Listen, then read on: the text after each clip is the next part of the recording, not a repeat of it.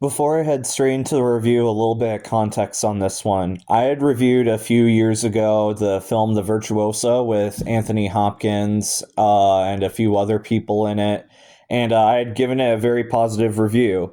I know that a lot of people didn't quite like that one as much as I did, but I still genuinely really liked that one.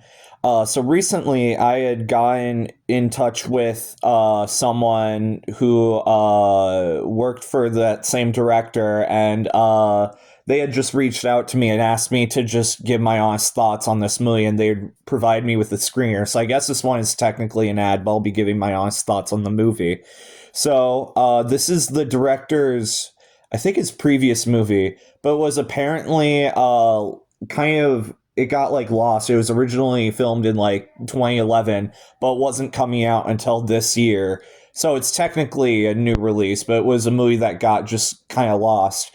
And I liked it. I don't think I liked it quite as much as The Virtuoso, but I still thought that it was a fun slow burn that definitely had a good payoff at the very end of it. And it's got a legendary cast of actors in it like Robert Patrick, Robert Englund, Richard Brake, which is funny that had him in it because the movie actually reminded me a lot of Last Stop in Union County. It had a lot of that sort of slow burn with like lots of talking in it and then like only a couple scenes of like actual violent like the tension finally breaking through to what you've been waiting for suspensefully the whole movie to be getting to.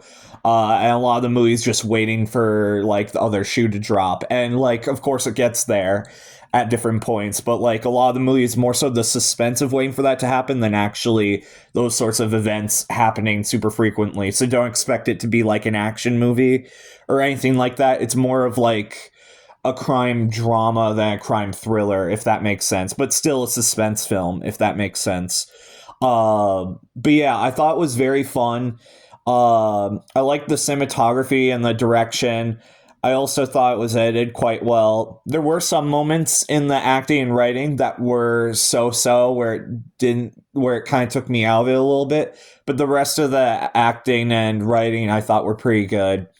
It does also have a little bit of a boilerplate type story, like you've seen this sort of thing before. But again, the tone of it is like endearing. There's like a charm to it that I very much enjoyed.